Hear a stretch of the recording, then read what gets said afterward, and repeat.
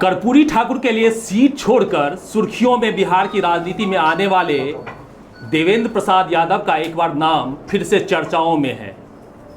कई सारे बिंदुओं पे चर्चा होगी, लेकिन अभी फिलहाल जो चुनाव है एमएलसी का, उस पर सबसे अधिक चर्चा है। क्या लग रहा है सर, चुनाव को देखते हुए आपका इस पार्टी में आगमन हुआ है, कुछ नई रणनीति लेके चुनाव लेके आए हैं? हमारा तो एक ही रणनीति है कि जो सामाजिक न्याय धर्मनिरपेक्ष वाली सबसे बड़ी धारा है राजद, उसमें वामपंथी का भी समर्थन है। तो इस हालात में इस धारा को हम कमज़ोर होना नहीं देख सकते हैं बाहर रहकर, इसीलिए हम इसमें आए हैं। इस धारा को मजबूत करेंगे। जो उस धारा से कई दबे कुचले शोषित पीड़ित, जो जननायक कर्पूरी ठाकुर के लिए हमने इस्तीफा दिया था, और जननायक कर्पूरी ठाकुर ने कहा था कि जो समाज के सबसे निचले तबके हैं, चाहे वो किसी बरादरी का हो, उनको मुख्य धारा में लाना है और जात से जमात की ओर जाना है। जाति तोड़ो जमात जोड़ो, ये संकल्प है। समाजवादी सिद्धांत यही है।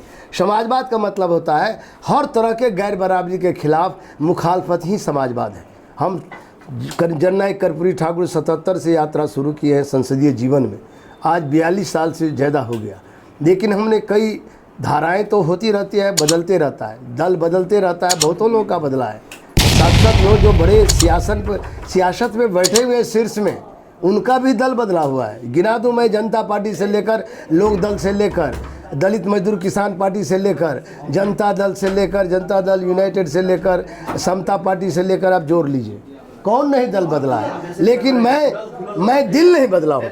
संघर्ष का जो मेरा दिल है, जो मेरा संघर्ष का दिल है, जो मेरा त्याग करने का, क्योंकि पहले हम लोग बड़े थे, त्याग और संघर्ष से आगे बढ़ते थे। अब आजकल चीज़ें बदल गई है। राजनीति का मूल्य अब मूल्यन हो गया है, जनप्रतिनिधियों का भी अब मूल्यन हो गया है। अब जनप्रतिनिधियों का बहुत महत्व नहीं है, और यहाँ ब्यूरोक्रेसी हावी हो गया है। जनता है त्रस्त, अफसर है मस्त, ये इस राजपाट में। तो इन सारी चीज़ों को देखते हुए मैंने मन बनाया कि नहीं, इस धारा को मजबूत करके, चूँकि यह जो दल है इसमें A to Z का नारा दिया गया। वही बात जो हम लोग कहे थे, जात से चलो जमात की ओर, जो समाजवाद का राह था कि सबको जोड़ के चलो, इसीलिए हम लोग इस राह को मजबूत कर रहे हैं। आज देख सकते हैं इस दल का जो स्वरूप बना है, इसमें हर बरादरी के लोग अपना विश्वास जताने लगा है राजद में। चूँकि नेतृत्व जो तेजस्वी प्रसाद नया नेतृत्व आया है, नौजवान, ये बिहार का भविष्य हो सकता है। इनको मदद करने की ज़रूरत है। और मैं समझता हूँ जिस ढंग से जो सामाजिक न्याय धर्मनिरपेक्षता की ताकत है, उसको मजबूती देने में हमको पीछे नहीं रहना चाहिए। इसीलिए हमने यहाँ इस रणनीति के तहत मैं आया हूँ। मेरी कोई आकांक्षा नहीं है, मैं कुछ नहीं चाहता हूँ। मैं यही चाहता हूँ कि ये धारा मजबूत हो, ताकि इस धारा के छत्र छाया में गरीब लोगों का हक हकूक उनको महफूज रह सके, यही मेरा संकल्प। तो आज धारा की बात कर रहे हैं, लेकिन बीच में आपने पार्टी बदला, खुद की पार्टी बनाई, समाजवादी पार्टी। मैं तो कह रहा हूँ कि बहुत सारी पार्टी में नाम गिना दूं क्या, जदयू में भी जो शीर्ष में बैठे हुए लोग हैं। जदयू में मैं तब गया जब बीजेपी से वो अलग हुए थे 2014 में, याद रखिएगा। चुनाव में लड़ा जिस समय 3 पार्टी यहाँ लड़ी थी, बीजेपी यहाँ कामयाब हुई थी, चौधरी जी याद होगा, पार्लियामेंट में। आपने लालू जी का भी खिलाफत किया था। हाँ, आरजेडी में। व्यक्ति का खिलाफ की जरूरत नहीं है। अब ये धारा की बात चल रही है। कब किसका कौन मतभेद हमारा रहा है, मैं इसको स्वीकार करता हूँ, आज ढक नहीं रहा हूँ, लेकिन कभी लालू जी से मनभेद नहीं रहा। जो गरीब गुरबों की आवाज़ बनने का जो उसने एक नारा दिया था, क्योंकि सोशल एम्पावरमेंट लालू जी ने दिया है इस बिहार को। जो गरीब गुरबा था उनको मजबूत करने की कोशिश। तेजस्वी ज़्यादा मजबूती के साथ में धारा से जुड़े हैं। तेजस्वी अभी एक ऊर्जावान नौजवान है, उसमें क्वालिटी भी है, एबिलिटी भी है, क्षमता भी है और पर्सनैलिटी भी है। और हमको उम्मीद है कि यह नौजवान आगे चल करके बिहार और देश का भविष्य भी हो सकता है। कुछ लोग आरोप लगाते हैं कि बेटा को भविष्य को देखते हुए पार्टी में बहुत लोग आरोप लगाएंगे। आरोप का मैं परवाह नहीं करता हूँ, क्योंकि आप डॉक्टर लोहिया को नहीं जानते हो। डॉक्टर लोहिया ने कहा था, एक व्यक्ति एक रोजगार, राजनीति, खेती, नौकरी और व्यापार। यदि मैं विधानसभा नहीं लड़ रहा हूँ तो लड़का लड़ सकता है। तेजस्वी मेरा भतीजा है। भाई से मेरा झगड़ा भी हो सकता है लालू से, लेकिन भतीजा से कोई झगड़ा नहीं है।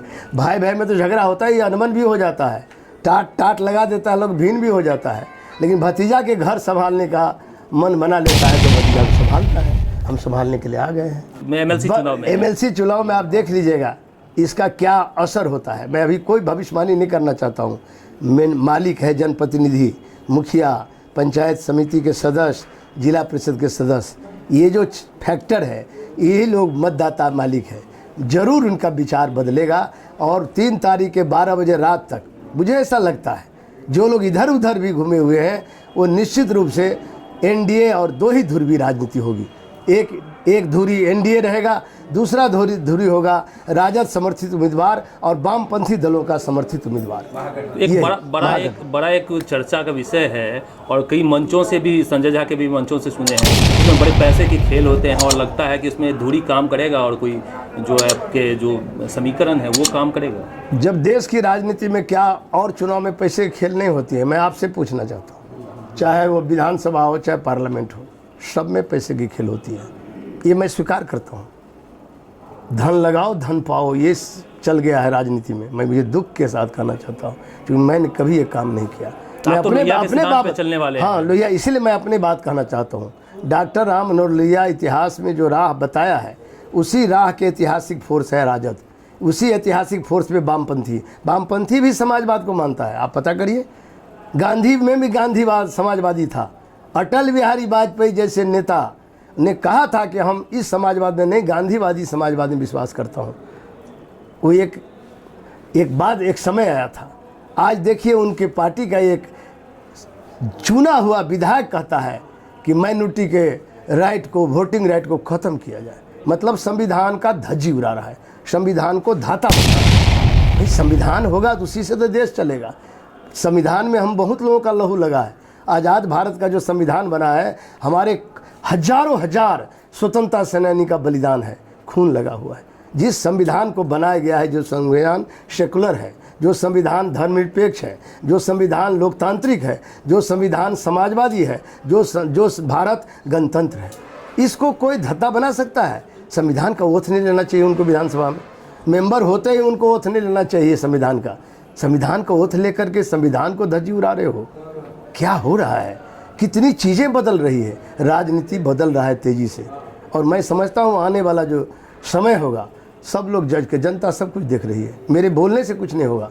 जनता सब देख रही है कि कौन पैसा डाल रहा है, कौन लिफाफा चला रहा है, सब जनता को पता है। राजद MY समीकरण से चलती है, जबकि नीतीश जी को जो है अति पिछड़ा का नारा देते हैं, और दोनों के यदि वोट मिला दें तो MY समीकरण कहीं कमज़ोर पड़ता हुआ नजर आ रहा है। मैं आपसे कहना चाहता हूँ, A to Z राजद का जो पॉलिसी है, आप शायद सुने होंगे प्रतिपक्ष के नेता से कि यह पार्टी A to Z की पार्टी है। सभी बरादरी का, सभी जाति को जोड़ के चलना चाहती है। जो जुड़े हुए हैं तो जुड़े हुए हैं, जो नहीं जुड़े उसको जोड़ना है। इसलिए आप समझ जाइए, वो माया वाला समीकरण तो अपने जगह है, उसकी बात ही नहीं है। अब यहाँ बृहत एकता हो रही है, सब लोग को जोड़ा जा रहा है। मैं नाम गिना दूँ, ऋषि मिश्रा, जो ललित बाबू, जो इस बिहार के विकास का मानना पड़ेगा, चाहे पार्टी कुछ भी हो, कांग्रेस हो, इस छोटी सी लाइन को उन्होंने लाया था। मैंने बड़ी लाइन का यहीं पर आकर के, कुमार जी जहाँ से पूछिए, यहीं आकर मैं शिलान्यास किया आपके झंझारपुर में, जहाँ मैं बैठा हूँ। 2009 की बात है, यहीं देखिएगा शिलालेख लगा हुआ है मेरा। 395 करोड़ रुपया में इसने बड़ी लाइन के लिए मंजूर किया।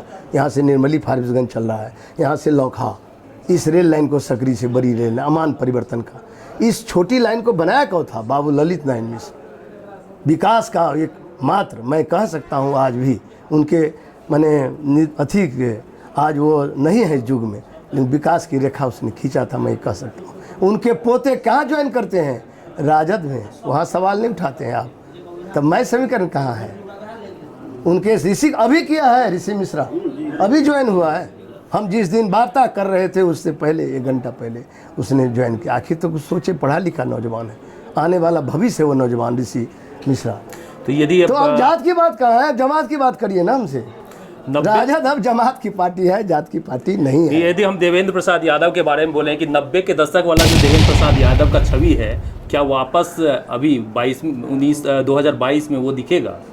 देखिए, जब चरित्र बल हमको है, अनैतिक बल हम बचा के रखे हैं, तो 90 से भी ज़्यादा उभर के आएगा। चूँकि अब डिपेंड करता है नौजवानों पर। अभी नौजवानों की आबादी 70% हो गई, और नौजवान का नेता हम यहाँ दे दिए हैं, हम लोग पार्टी ने दे दिया है तेजस्वी प्रसाद को। तो अब निश्चित रूप से नौजवान का आकर्षण है। आप देखिए ना, आकर्षण का केंद्र बना हुआ है नौजवानों का।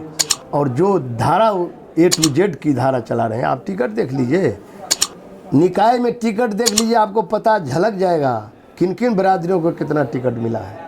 इससे पता चल जाएगा कि ये जमात की पार्टी है, अब जात की पार्टी नहीं है। हम तो सोशलिस्ट समाजवाद का मतलब है चलो जात से जमात की ओर। इधर हम लोग रास्ता पे हमने इस्तीफा क्यों दिया था? जनरल कर्पूरी ठाकुर नाई बरादरी से आते थे। समूचा विधानसभा जोड़ दीजिएगा तो एक विधानसभा नहीं होगा। समूचा बिहार के नाइयों को यदि इकट्ठा करिएगा, लेकिन नाई समाज में रहकर उसने जो गरीबों का काम किया, मैट्रिक तक का फी माफ़ किया, जितना घाट लगता था उसको माफ़ कर दिया, 5 एकड़ तक की ज़मीन का उस समय जो बाढ़ सुखाड़ में जाता था उसका लगान माफ़ कर दिया, मालगुजारी। गरीब आदमी के कलम में मुझको मौका मिला 96 में, मैंने 2 रुपये किलो गेहूँ, 3 रुपये चावल, जो APL BPL कानून लागू किया, लक्षित सावनी वितरण प्रणाली। क्या इसमें ब्राह्मण हमारा पंडित को नहीं मिलेगा फ़ायदा जो गरीबी रेखा के नीचे है? क्या इसमें बाबू साहब हमारे राजपूत बरादरी के लोग को नहीं मिलेगा? क्या इसमें कैस्ट को नहीं मिलेगा? कोई बरादरी नहीं छूटा। एक कलम चलाए हैं हम जिसमें जात नहीं है, जमात है। गरीबी रेखा के नीचे जो भी जीवन बसर कर रहा है सब 36 करोड़ लोगों को दे रहे थे, आज उसी को केंद्र सरकार 80 करोड़ कर दिया, गरीबी रेखा का संख्या बढ़ा दिया। अरे संख्या विकास हो रहा है तो संख्या घटना चाहिए। विकास हो रहा है तो बढ़ कैसे गया गरीबी? क्योंकि उसी अनाज पर डिपेंड किया लोग। कोरोना में वरदान साबित हुआ मेरा योजना। मेरा योजना नहीं, कैबिनेट से पास हुआ योजना है। माननीय पूर्व प्रधानमंत्री देवगौड़ा जी के मंत्रिमंडल में कैबिनेट मिनिस्टर था, लेकिन मैं एक प्रस्ताव लाया। मेरे मन में बहुत था कि मिथिलांचल जब जाते हैं लोग देखते हैं कि भूखे से मर रहा है, तो किसी को अनाज नहीं मिलता है, तो किसी को, तो इससे मेरे दिमाग पर असर पड़ा। मैं कर्मी का साग भूज के खाते हुए देखा। कुपहा गांव है कोसी इलाके में, मैं वोट में गया था 96, तो उन्होंने मुझे आशीर्वाद दिया था। वो वोटर नहीं भी दे पाया होगा, उन्होंने तो बड़ा महिला थी। तो हमने कहा यदि मेरे हाथ में ताकत हो तो ये कर्मी का फूल तुमको सनने का मौका छोड़ा देंगे। हम छोड़ा दिए, जाके मौका मिल गया। उनका आशीर्वाद था कि हम भोजन मंत्री बन गए, देश भर के खुराक मंत्री, देश भर का फूड मिनिस्टर हो गए।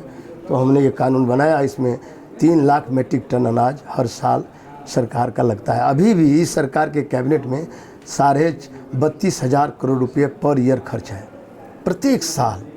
चूँकि होता क्या है, मार्जिन मनी तो आप किसान को देवे कीजिएगा, अनाज लीजिएगा तो वो मार्जिन मनी 2 रुपया न लीजिएगा जनता से, शेष तो पैसा भारत सरकार देती है, भारत सरकार देती है इसमें टोटल। तो तेजस्वी के नेतृत्व में आगे काम करने का आपने सोचा? हमारा पूरा आशीर्वाद है तेजस्वी को। हमने पूरा आशीर्वाद, हमसे मांगा तो आशीर्वाद दिया। हम तो उदार आदमी है, जो कोई आशीर्वाद मान लेगा हम आशीर्वाद दे देंगे। क्योंकि तेजस्वी बढ़ता हुआ, ऐसा है कि भविष्य के लिए बढ़ता हुआ कदम उसका है, और वो पूरी तरह साफ है ईमान, बहुत प्रगतिशील नेतृत्व है वो इन सब झंझावात में नहीं पड़ने वाला है। जो पुराना जो आप कह रहे हैं जमाना था, होते रहते हैं, चीज़ें बदलती रहती है। आज आप चलिए किसी, आप ये इनको बदल दीजिए, आप मेरे नहीं छोड़ेंगे। मोहन चंद झा वकील है हमारा, बिरौल में नहीं बदल सकता है, रमेश झा नहीं बदल सकता है, ये आपको पाठक है यही इसी कथनिया का, आप पूछिए। विचार से मिलता है ना, हम सबको सम्मान देते हैं, वो भी हमको सम्मान देते हैं, बराबरी है। सम्मान उसी को दीजिए, जब आप सम्मान दीजिएगा तो वो भी आपको सम्मान देगा। ये तो परस्पर बात है।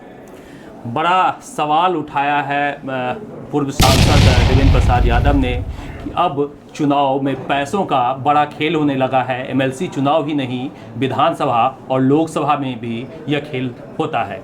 चूँकि खुद लोहियावादी रहे हैं, लोहिया के सिद्धांतों पे चले हैं, तो उन्हें दुख होता है। देखते हैं राजनीतिक में कितना बदलाव कर पाते हैं, कितना दिखा पाते हैं मधुबनी को फिर से अपना दम, यह तो आने वाला वक्त बताएगा। फिलहाल दीजिए हमें इजाज़त।